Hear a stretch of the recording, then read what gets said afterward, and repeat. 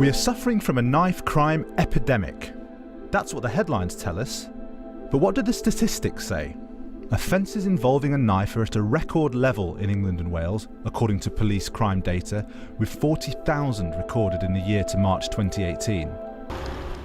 A beautiful park in East London. Now it's a murder scene. On Friday night, 17-year-old Jodie Chesney was listening to music here with some friends when she was stabbed in the back. She died in the park.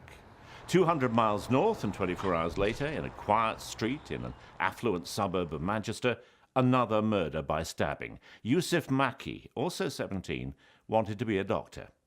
Two men, believed to be friends, have been stabbed to death within 24 hours of one another in Nottingham. The second man had been hosting a party in memory of the first victim when he was killed. Tributes have been paid to a 15-year-old boy who was stabbed to death outside. A 17-year-old died from a stab wound to the heart. A knife or blade was used in a crime every 16 minutes. Two teenagers have been seriously injured in a suspected stabbing in Nottingham last night. As soon as she said his heart, I just knew I'm not going to be bringing my son home. There are huntsmen out there just wanting your blood.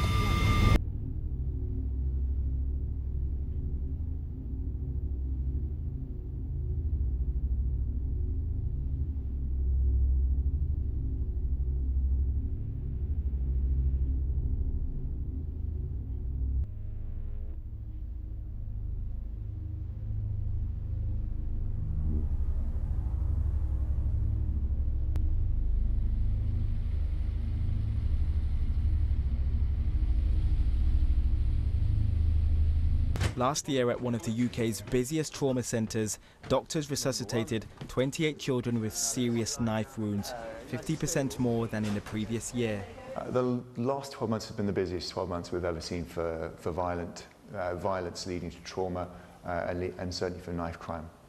You know, nearly every day, certainly every other day, we're having someone come in who's been the victim of knife violence. 20-year-old Esram Geddy was stabbed to death on the streets of Nottingham last September.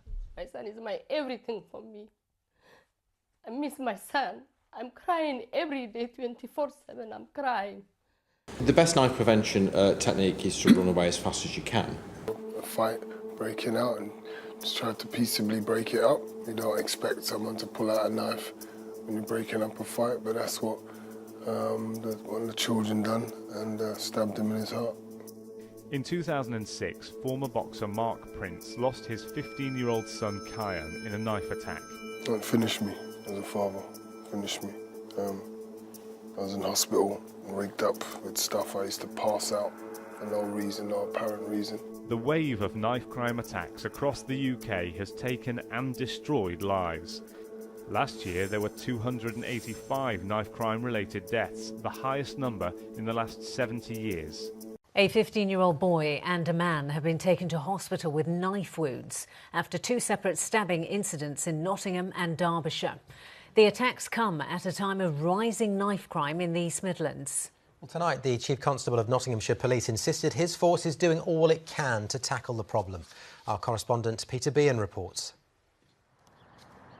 All was quiet at Springfield Park this afternoon, but on Saturday evening, this part of Sandy Acre and the town of Long Eaton in Derbyshire were the scene of violent clashes between gangs of youths.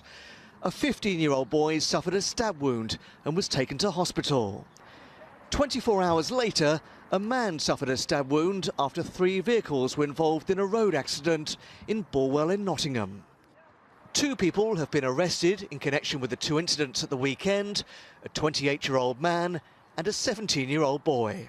Last year, Nottinghamshire Police recorded 757 crimes involving knives, a 31% rise on the previous year.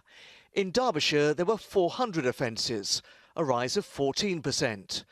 Tonight, the Chief Constable of Nottinghamshire said, "We have the only dedicated knife crime team outside of the Met, and our targeted approach continues to see more knives taken off the streets and more offenders brought to justice." Despite the squeeze on police spending, he said, "We have reintroduced schools officers and we work closely with our local partners to help tackle what is a societal issue." Celebrate 2, celebrate 3, my dance fresh home, let's celebrate G. Depp's man was a rising rap star. The teenage grime artist from Birmingham had fans all over the country.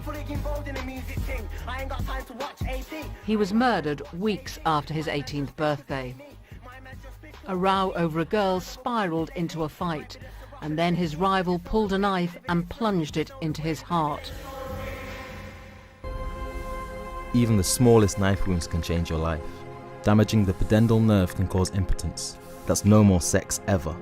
And if the blade catches the bowel, that could mean living with a colostomy bag for the rest of your life. With more than 20 major arteries around the body and over 100 vital nerves, there's nowhere safe to be stabbed.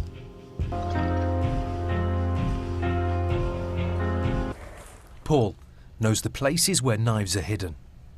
He took us to a playground. There's obvious places where they would hide something like... It took him just minutes. Oh, there you go. There you go. Looks like it goes up there a bit. I have found two here in the past. A knife in a place where children play. I'm really happy about finding this because that's probably going to save a life. Because you don't know how long that's been there, you don't know when somebody's going to come back and try and find it there to resolve a conflict. And that could be the difference between somebody living and dying, is right there. A knife, we will arrest you. You will go into the criminal justice system, and that could lead to a prison sentence. Or just as importantly, beyond that, it could lead to a criminal record that will stay with you for your life. Use this opportunity to dispose of that knife in the knife bins. But just as importantly, if you don't want to come and do that, just think if you leave that house with the knife, then you are putting yourself in a position where you can't control the consequences. The consequences of you getting arrested, the consequences of you harming someone with that knife, and just as important, the consequences of you becoming the victim of your knife. Carry a shank and you're gonna lose it. Another young life, we're gonna lose it. When the fear takes hold and the best call your name. How long will you play this game? Kids, knives, broken lives.